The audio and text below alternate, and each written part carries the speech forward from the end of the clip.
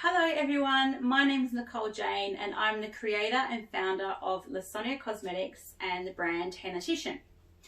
Hennatician is a henna brow product that is made and manufactured in Australia by myself. So today I wanted to touch on basically my opinion with the new trend of brow lamination or brow lifting alongside henna. So this is just a disclaimer, this is solely my opinion and what I've sort of witnessed so far and observed in social media, in research and just professional use of the product.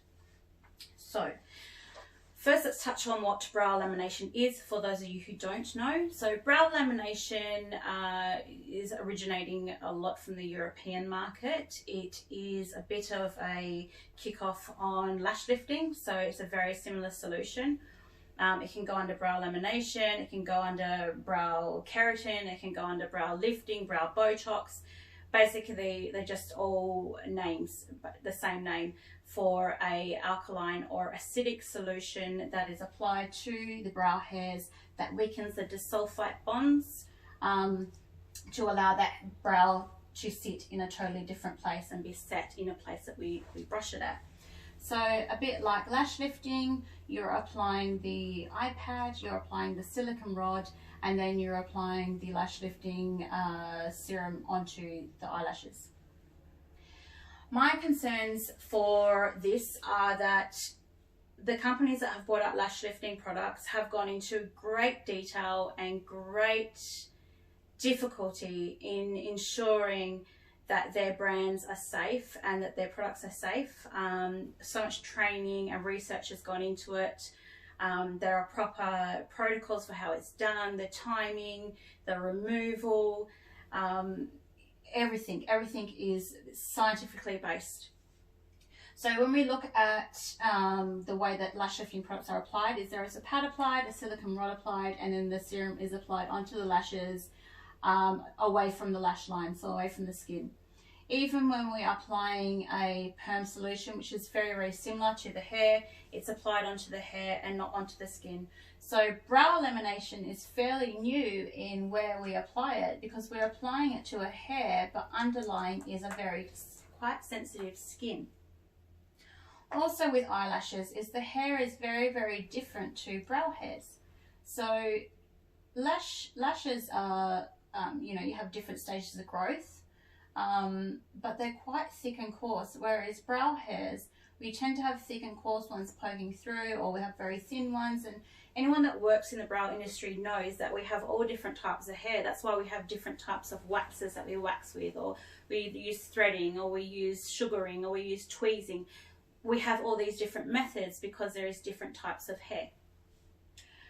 My concern with brow lamination is that they're just applying it on all over the same, the same application for all brow hairs, and they're weakening the hair. You're breaking down basically the outside cuticle of the hair for that product to get in. The disulfide bonds are being moved around, and then we're neutralizing. So with applying henna, especially I can speak on my brand of henna, is that it does have an additive in the henna that weakens the cuticle of the hair and allows the henna to penetrate and work much quicker. Most brow hennas on the market are the same, have the same additive in them. Otherwise you'd be waiting 24 to 48 hours for a dye release to happen, and in a salon environment that just doesn't work. So that being said, with the brow hairs, if they had a lamination done, they are already in a weakened or a different state to they are naturally. They're actually in an unnatural state. So when we think about, we've got the surface of the skin here, so you've got your epidermal layer, okay? You've got your stratum corneum, and you've got your dermal layer here, and your subcutaneous level here. I'll just make a spot there for the hair. Then you've got your bulb of your hair, and your hair that comes out like that. Okay, in that hair you've got the cuticle outside. This is under a microscope, guys. It's very scientific. You've got a cuticle here. Okay, then you've got your cortex in the center. Okay, so the way that brow henna works is it comes along, molecules in here, it goes deep down into the cuticle and it binds with the keratin in the brow hair. Okay, these are also where the disulfide bonds sit. So we've got little disulfide bonds that keep the hair into place. So that brow lamination serum is going in there and breaking down those bonds as well. What we don't know is, because there's not enough research, is that if the cuticle is opened and the lamination serum has gone in and the henna is going in, how are those interacting together in the hair follicle? Is it going to cause any long-term damage to the brow health? Is it going to weaken the hair even further? We don't know, because there's not enough research gone into it just yet. Not only that, is that when this lamination serum goes onto the hair, it also sits on the surface of the skin here. We know it breaks down the hair follicle because it has to get inside to break down those bonds. So with our hair being made of keratin, our skin also being made of keratin, it must also break down the skin, so the stratum corneum, which is our protection layer. So when you shave or wax, you're removing layers of the stratum corneum, your protection layer. So that stratum corneum is now impaired a little bit, it's weakened, it's very sensitive. And then you're going and applying henna onto that with an additive in it. Okay, this can burn the skin. Not only can the lamination serum on the skin burn the skin, applying that onto damaged skin is going to burn, it's going to sting, it's going to be very uncomfortable, and it could cause adverse reactions. So number one, with brow henna, we know that preparation is key. We take into account the acidity and alkaline, so the pH of the skin, and how that interacts with everything. It's very, very crucial to a good skin stain. So if we're already going in prior to that with a lamination serum and messing up that pH, we don't know how the henna is going to react with that.